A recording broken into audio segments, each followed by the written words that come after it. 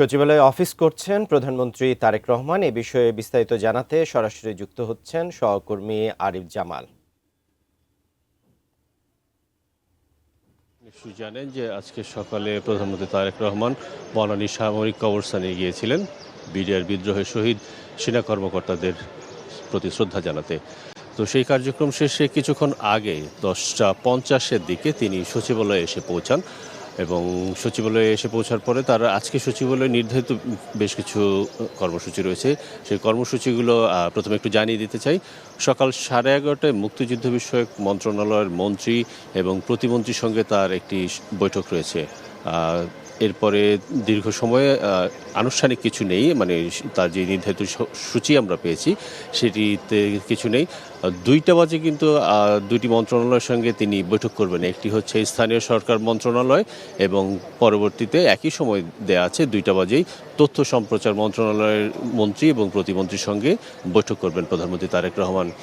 তো এই আনুষ্ঠানিক যে কর্মসূচি সেগুলো এইগুলোই যেগুলো জানালাম। আরেকটি বিষয় একটু জানিয়ে রাখতে চাই, আমরা কিছুক্ষণ আগে দেখেছি বাংলাদেশ জামায়াতে ইসলামীর সেক্রেটারি জেনারেল মিয়া গোলাম পারওয়ার সচিবালয়ে এসেছেন এবং তিনি প্রধানমন্ত্রীর সঙ্গে দেখা করতে প্রধানমন্ত্রীর যেই ভবনটিতে তার অফিস সেইখানে গিয়েছেন। তিনি আমাদের যেটা যাওয়ার আগে আমরা তার সঙ্গে কথা বলার চেষ্টা করেছিলাম, তিনি আমাদের যেটা জানিয়েছেন যে প্রধানমন্ত্রী তারেক রহমানকে দাওয়াত দিতে এসেছেন এবং বের হয়ে হয়তো কথা বললে আমরা জানতে পারবো আসলে বিস্তারিত সেই বিষয়টি।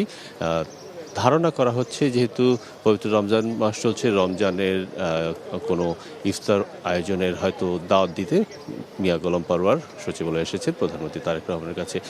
এর বাইরে আজকে সচিবালয়ে অন্যান্য যে বিষয়গুলো রয়েছে, যে আনুষ্ঠানিক প্রতিটি মন্ত্রণালয়ে কিন্তু নানা কর্মসূচি, ইন্টারনাল কর্মসূচি রয়েছে। দুপুর 1টায় শিক্ষা মন্ত্রণালয় জুনিয়র বৃত্তি পরীক্ষার ফল প্রকাশ উপলক্ষে একটি ব্রিফিং রয়েছে। আর প্রধানমন্ত্রী তারেক রহমান এখান থেকে অর্থাৎ সচিবালয়ে তার অফিস শেষ করে আজকে বিকেলে বিডিআর বিদ্রোহের ঘটনায় শহীদ সেনা কর্মকর্তাদের পরিবার স্বজনদের সাথে ইফতার মাহফিলে যোগ দেওয়ার কথা রয়েছে।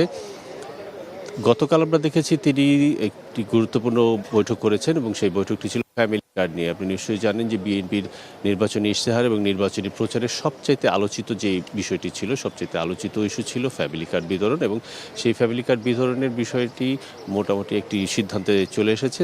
10 মার্চ প্রধানমন্ত্রী ফ্যামিলি কার্ড প্রকল্পের উদ্বোধন করবেন, পাইলট প্রকল্পের। আপাতত প্রথমে 14টি উপজেলা ফ্যামিলি কার্ড প্রকল্প চালু হবে, পরবর্তীতে সারা দেশে হতদরিদ্র, দরিদ্র এবং নিম্নবিত্ত নারীদের ফ্যামিলি কার্ড দেওয়া হবে, যে ফ্যামিলি কার্ডের মাধ্যমে প্রতি মাসে তারা নগদ 2,500 টাকা করে পাবেন।